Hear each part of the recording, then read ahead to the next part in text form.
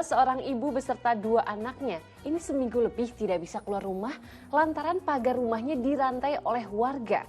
Aksi penggebokan tanpa izin itu lantaran sang pemilik rumah terkonfirmasi positif COVID-19.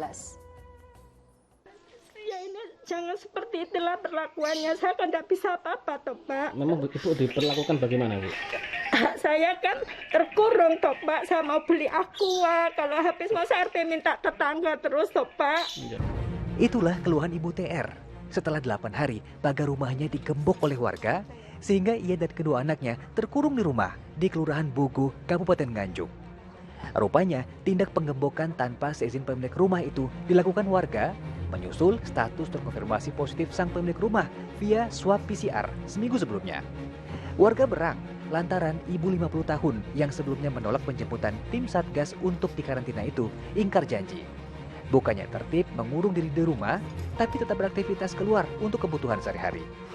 Selama menunggu hasil dan isolasi mandiri di rumah, beliau harusnya tidak keluar dari rumah, maaf. Yeah. Tapi kenyataannya keluar. Status terkonfirmasinya Ibu TR yang terpapar berawal dari demam yang kemudian disusul dengan hasil swab tes PCR yang dilakukan tanggal 9 Januari lalu. 2 pekan jalani karantina mandiri, drama penggembokan pagar rumah berakhir dengan hasil swab PCR terbaru tanggal 23 Januari yang menyatakan Ibu TR negatif. Pada hari ini tahu bahwa itu hasilnya negatif dan saya memang menghendaki adanya dibuka, apapun itu adalah salah satu daripada kemanusiaan kita, sehingga pada waktu itu mungkin warga juga emosi dan sebagainya terjadi itu.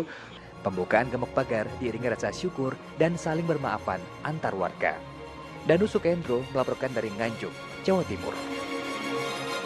Ini kalau kita lihat kasihan sekali ibu dan anak-anaknya diperlakukan seperti itu ya Pak Ustaz. Tapi tadi kita dengar sih ya pernyataan bagaimana masyarakat ini khawatir kalau tidak digembok, nanti sang ibu yang positif COVID justru beraktivitas di luar rumah. Seperti apa sih Ustaz pandangan Ustaz akan hal ini?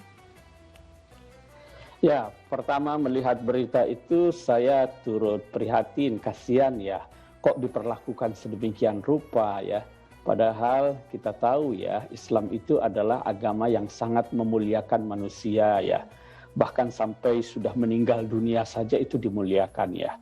Tidak boleh direndahkan. Tidak terkecuali mereka yang sedang sakit itu ya. Mestinya bukan dikucilkan, bukan dikurung atau dijauhi ya.